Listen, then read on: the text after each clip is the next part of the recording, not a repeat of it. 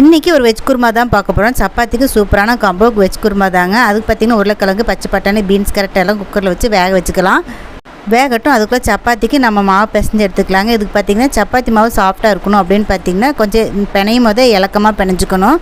மாவு நல்லா சாஃப்டாக பிசைஞ்சு எடுத்து வச்சாச்சு. ஒரு 10 நிமிஷம் அது ஊறட்டும். அதுக்குள்ளே பார்த்திங்கன்னா குருமா தாளிச்சிடலாம். அதுக்கு எண்ணெய் தேவையான ஊற்றிக்கிட்டு 2 பிரிஞ்சி இலை, 1 பட்டை, 3 கிராம்பு, 1 ஏலக்காய் போட்டு ஒரு நீளவாக்கில் கட் பண்ண ஒரு பெரிய வெங்காயம், 2 பச்சை மிளகா, கூட 2 வரமிளகாவும் நான் சேர்த்துருக்கிறேன். கருவேப்பிலை, 1 தக்காளி போட்டுக்கலாம். இஞ்சி பூண்டு விழுது கொஞ்சம் போட்டுக்கலாம். நல்லா வதக்கி விட்டுட்டு நம்ம காய்கறிகளை சேர்த்துக்கலாம். பச்சை மிளகா அதிகமாக வேண்டாம் அப்படிங்கிறதுனால நான் வரமிளகா சேர்த்துருக்கிறேன். வேண்டாம்னா நீங்கள் அவாய்ட் பண்ணிடலாம். இந்த தேங்காய் விழுதில் 1 ஸ்பூன் சோம்பு, 3 முந்திரி போட்டு தேங்காய் விழுதில் அரைச்சிருக்கிறேங்க. அதையும் அதில் சேர்த்து தேவையான உப்பு போட்டு நல்லா கலந்து விட்டு மூடி வச்சிங்கன்னா ஒரு 5 நிமிஷத்தில் கொச்சிட்டு சூப்பரான நம்மளுக்கு வெஜ் குருமா ரெடி ஆயிரும். சப்பாத்தி ரெடி ஆயிடுச்சு. இன்றைக்கி நைட் பார்த்திங்கன்னா எங்கள் வீட்டில் சப்பாத்தி வெஜ் குருமா தான் வச்சு சூப்பராக நைட் டிஃபன் முடிச்சாச்சுங்க. இந்த குருமாவை நீங்களும் ட்ரை பண்ணி பார்த்து எப்படி இருக்குதுன்னு கமெண்ட்டில் சொல்லுங்கள். இன்னொரு வீடியோவில்